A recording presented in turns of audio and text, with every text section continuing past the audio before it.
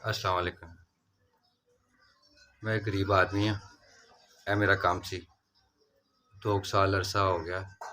यह बाजू मेरी बिल्कुल काम नहीं करती। मैं फालज हो गया। 2 साल का अरसा हो गया तो यह काम जेड़ा ने बिल्कुल खत्म। बेटा मेरा जवान सी फोत हो गया। यह मेरा बेटा सी ते गुर्दे फेल हो गए हाई ब्लड प्रेशर की वजह तो फोत हो गया। ते जेड़ा एक सहारा सी वो खत्म हो गया मेरा कि जवान औलाद जिहड़ी है कमा के देंदी और सहारा बनती। अल्लाह ताला दी वजह जो वक्त देखना है वो तो फिर मंजूर है।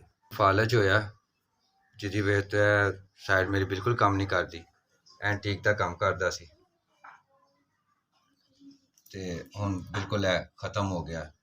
सिलसिला रोज़गार जिहड़ा हैगा सी वो बीमार होने की वजह तो फालज की वजह तो गुरबत दे घेरे पे हैं। जिहड़ा इस टाइम जवान बेटा सी वो फोत हो गया बीमार होने की वजह तो। हाई ब्लड प्रेशर की वजह तो गुर्दे फेल हो गए जिसकी वजह तो वो वफात पा गया। देखो जो कुछ भी सी असी वेच वटा के अपने बच्चे ते ला दिता है। साढ़े हालात होने ने कि घर के बर्तनों तो इलावा साढ़े कोल कुछ भी नहीं बचा। मियाँ फालज का मरीज है।